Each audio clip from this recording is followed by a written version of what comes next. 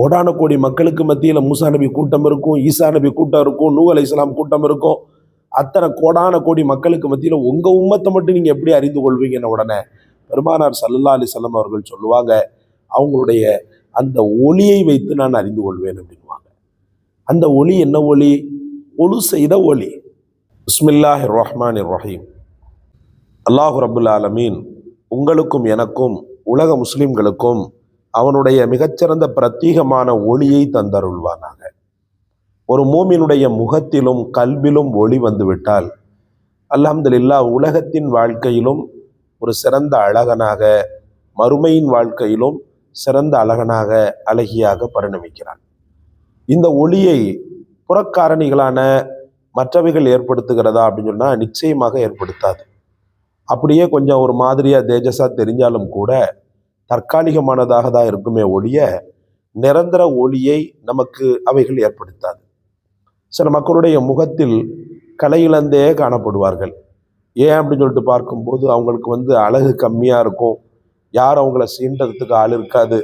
சமீபத்தில் கூட ஒரு நல்ல மோமினான அடியார், நீண்ட காலங்களாக 5 வக்து தொழுகையாளி, அவன் கொஞ்சம் பருமனான தோற்றம், முகம் கொஞ்சம் வசீகரமற்ற பையன், தொடர்ந்து பொண்ணு பார்த்துட்டு தான் இருக்கிறான். தொடர்ந்து அந்த குடும்பமே தலைகீழ நின்று பொண்ணு பார்த்துக்கிட்டு தான் இருக்குது. வர்ற பொண்ணுங்கள்லாம் நல்ல பொசிஷனில் இருக்கிறான். நடுத்தர ஃபேமிலியாக இருந்தாலும் மாதம் இத்தனை 1000 அப்படின்னு சொல்லிட்டு அவன் சம்பாதிக்கிறான். தாய் தப்பனை கண்ணின் இமை போல பாதுகாத்து வச்சுக்கிறான். குடும்பத்தை அனுசரிக்கிறான். வாடகை வீட்டில் இருந்தாலும் கண்ணியமான முறையில் தன் தாய் தகப்பனின் சொகுசு குறையாமல் பார்த்து கொள்கிறான். அவங்களுக்கு தேவையானதெல்லாம் நல்லபடியாக செய்கிறான். அதனாலேயே அந்த பையனுக்கு ஒரு நல்ல வாழ்க்கையை கொடுக்கணும்னு சொல்லி நாலாத்திக்கிலும் சல்லடை போட்டு பெடை போட்டு அவனுக்கு ஒரு நல்ல ஒரு பெண்ணை அமைத்து கொடுக்க அந்த தாய் தகப்பன் முயற்சி செய்கின்றனர். ஆனால் வசீகர தோற்றம் இல்லாததுனால வரக்கூடிய மக்கள் அந்த ஃபோட்டோவை பார்த்துட்டு வேண்டாம் அப்படின்ற மாதிரி போயிடுறாங்க. நான் அடிக்கடி கேட்பதுண்டு, அமைஞ்சுதாப்பா? இல்லைங்க ஹசரத், இல்லைங்க ஹசரத்ன்னுவான். நாள் பட கொஞ்சம் உப்பியும் போயிட்டான். அப்போ நான் சத்தம் போட்டேன், ஏன் இந்த மாதிரி உப்பி போயிட்டேன் அப்படின்னு சொல்லி கேட்டேன். இல்லை, விரக்தி ஆகிடுச்சு, அதனால சாப்பாட்டில் அதில் நாங்கள் முன்னாடி கண்ட்ரோல் இருந்தேன், எக்ஸசைஸ் பண்ணேன், இப்போ அதெல்லாம் பண்ணலை அப்படின்ற மாதிரி சொன்னான். அட பைத்தியக்கார, ஏன் இந்த மாதிரி இருக்கிற? ஒன்று நீயே ஏன் இழக்கிற? ஒன்று நீயே ஏன் அவநம்பிக்கை கொள்கிற? இபாதத்தில் கரெக்டாக இரு, உடம்பை பேணு, வசீகரமாக இருக்க பாரு. நீ முதல்ல ஒன்றை நீ அழகன்னு சொல்லி ஒத்துக்கிறாம மற்றவன் எவன் ஒத்துக்குவான்? நீ ஒன்றை முதல்ல அழகன்னு ஒத்துக்கோ, அப்போ தான் மற்றவங்க ஒன்றை அழகன்னு ஒத்துக்குவாங்க. நான் அழகை இல்லைன்ட்டு தாழ்வு மனப்பான்மையிலே இருந்துன்னு வச்சுக்கோ, கடைசி முழுக்கும் முச்சூடும் நீ அழகு இல்லைன்ற மாதிரியே போயிடும். அதனால் நான் அழகன், என் ரப்பு என்னை கைவிடலைன்ற முதல்ல படைத்தவன் மீது நம்பிக்கை வை. அல்லாஹ் என்ன நல்லா படைச்சிருக்கிறான், வசீகரமாக படைச்சிருக்கிறான் அப்படின்னு நம்பிக்கை வை அப்படின்னு சொல்லி சொன்னோம். சொல்லிட்டு பார்த்துக்கிட்டு இருக்கிறாங்க. அல்ஹம்துலில்லாஹ் ஒன்று கைகூடி வந்துவிடும் போல இன்ஷா அல்லாஹ். அவருக்காக நீங்களும் பிரத்யேகமாக துஆ செய்யுங்கள். நான் சொல்லுவேன், ரப்புல் ஆலமீன் யாரையுமே அப்படி விடுறதில்லை சகோதரர்களே. அழகற்றவனாக அப்படியே கொஞ்சம் அழகில் கொஞ்சம் முன்பின் இருந்தாலும் நான் சொல்லுவேன், நிச்சயமாக அவனுடைய வாழ்க்கையை சிறப்பாக அமைக்கிறான். எத்தனையோ அழகு கொஞ்சம் கூடிய பேரழகுக்கெல்லாம் சிடுன்னு கணவன் அமைஞ்சு வாழ்க்கையை நாசமாக போய் கிடக்குது. அதே போல் எத்தனையோ பேரழகான ஆம்பளைங்களுக்கெல்லாம் ஒன்றுக்காவாத மனைவி வாழ்க்கையை நிர்மூலமாக போய் கிடக்குது. அதனால் அழகு என்பது படைத்தவன் தரக்கூடியது. கொஞ்சம் முன்பின் ஆனாலும் படைத்தவன்கிட்ட என்ன நீ அழகாக தான் வச்சிருக்கிற, என்ன நீ அழகாக தான் படைச்சிருக்கிற, எப்படி தெரியுமா சொல்லணும்? கண்ணாடியை பார்க்கும் போதெல்லாம் அல்லாஹ்விடத்துல துஆ செஞ்சுக்கிட்டே இருக்கணும். என்ன நீ ரொம்ப வெளிப்படையில் ரொம்ப அழகாக படைச்சது போல என் உள்ளத்தால் என் குணங்களை நீ அழகாக்குன்னு சொல்லி கேட்டுக்கிட்டே இருங்க அல்லாஹ் இடத்துல. அப்படி தொடர்ந்து கேட்டுக்கிட்டே இருங்க. நீங்கள் தொடர்ந்து கண்ணாடியை பார்த்து இந்த துஆ ஓதும் காலமெல்லாம் அல்லாஹ் என்ன செய்வான்டா, ஐயோ என்னுடைய அடியான் என்னை அழகாக படைச்சிருக்கிறேன்னு சொல்கிறானே, அந்த இருக்கிற அந்த அழகை மேம்படுத்துவோம், பிறருக்கு பிடிக்கிற மாதிரி ஒரு சூழ்நிலையை ஏற்படுத்துவோம் அப்படின்னு நிச்சயமாக இன்ஷா அல்லாஹ் ஏற்படுத்துவான். அதனால் இறை கருணையின் மீது அவநம்பிக்கை கொள்ளல் ஆகாது.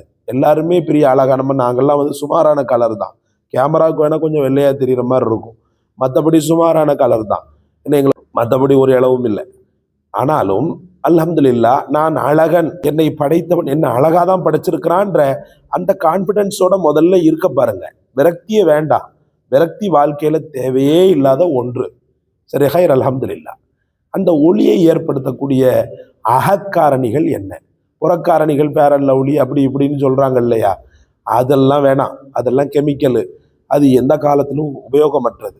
கடலை மாவு இது போன்ற இயற்கையை வைத்து என்ன செய்யுங்க, முகத்துல போட்டுக்கொள்ளுங்க. அதுல உங்களுக்கு எந்த விதமான பாதிப்பும் வராது.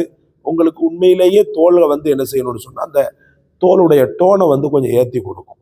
சரி, ஹைர், அல்ஹம்துலில்லாஹ். அதை விட மேலாக அகக்காரணிகள் அப்படின்னு சொல்லப்படுது. அந்த அகக்காரணிகளை கண்டிப்பாக என்ன செய்யுங்க, செஞ்சிருங்க. முகமது ரசூலுல்லாஹி ஸல்லல்லாஹு அலைஹி வஸல்லம் அவர்கள் சொல்லுவாங்க, மறுமை நாளில் கோடான கோடி மக்களுக்கு மத்தியில என் உம்மத்தை நான் தரம் பிரித்து கூப்பிட்டுட்டு போவேன் சொர்க்கத்துக்கு அப்படின்னுவாங்க. யா ரசூலல்லாஹ், மா தாரிஃபு உம்மத்துக்க, உங்களுடைய உம்மத்தை நீங்கள் எப்படி அறிந்து கொள்வீங்க? கோடான கோடி மக்களுக்கு மத்தியில் மூசா நபி கூட்டம் இருக்கும், ஈசா நபி கூட்டம் இருக்கும், நூஹ் அலைஹிஸ்ஸலாம் கூட்டம் இருக்கும். அத்தனை கோடான கோடி மக்களுக்கு மத்தியில் உங்கள் உம்மத்தை மட்டும் நீங்கள் எப்படி அறிந்து கொள்வீங்கன்னு உடனே பெருமானார் ஸல்லல்லாஹு அலைஹி வஸல்லம் அவர்கள் சொல்லுவாங்க, அவங்களுடைய அந்த ஒளியை வைத்து நான் அறிந்து கொள்வேன் அப்படின்வாங்க. அந்த ஒளி என்ன ஒளி? ஒளு செய்த ஒளி. தொழுகைக்காக அவர்கள் செய்த ஒளு இருக்கிறது அல்லவா, அந்த ஒளுவின் மூலமாக அவங்களுடைய உறுப்புகள் எல்லாம் இளங்கி கொண்டிருக்கும். ரொம்ப அற்புதமான முறையில் ஒளி வீசி கொண்டிருக்கும். அதை வச்சு வாப்பா வாப்பா வாப்பா நீ என்னுடைய அடியான், என்னுடைய உம்மத்து அப்படின்னு சொல்லிட்டு கையை பிடிச்சி நான் பாட்டு கூட்டு போய்கிட்டே இருப்பேன். நல்லா புரிஞ்சுக்கிறங்க, தொழுகை இல்லாதவன், ஒளு இல்லாதவனுக்கு அந்த பாத்தியதை கிடைக்கவே கிடைக்காது. அவன் தலைகீழ தண்ணி குடிச்சாலும் சரி, ரசூலுல்லாஹ் மேல முஹப்பத் வச்சிருக்கிறேன் அப்படி இப்படின்னு சொல்லிட்டு டயலாக்லாம் விட்டாலும் சரி, தொழுகை இபாதத்து இல்லைன்னு சொன்னா வேஸ்ட் தான், ஒண்ணுமே செய்ய முடியாது. தொழுகை, ஒது இதெல்லாம் பேணுதலாக இருக்கின்ற பட்சத்துல இந்த அழகு வந்துடும். கண்டிப்பாக ரசூலுல்லாஹ்வுக்கு பிடித்தமான அழகு வந்துடும். இதையும் தாண்டி ஒரு அற்புதமான வசிஃபா, ரொம்ப இலகுவாக வாய்களில் நுழையக்கூடிய வசிஃபா. அல்லாஹ்விடத்துல தொடர்ந்து இந்த வசிஃபாவை நீங்கள் ஓதி உள்ளங்கையில் ஊதி முகத்திலும் உடம்பிலும் தடவுவதாகிறது. புறக்காரணிகளை விட அகக்காரணியான இந்த வசிஃபா உங்களை நிச்சயமாக சமூகத்திற்கு பிடித்தமான ஒரு அற்புதமான அழகை தந்துவிடும் இன்ஷா அல்லாஹ். அது என்ன அப்படின்னு சொல்லி பார்க்கும்போது, அல்ஹம்துலில்லாஹ், ஃபஜ்ர் முடிக்கணும். ஃபஜ்ர் தொழாமலாம் இது ஒரு வேலையும் பார்க்காது, எந்த விதமான வேல்யூபிளும் இருக்காது. ஃபஜ்ரை முடிக்கணும். ஃபஜ்ரை முடிச்சுட்டு சூரிய உதயத்திற்கு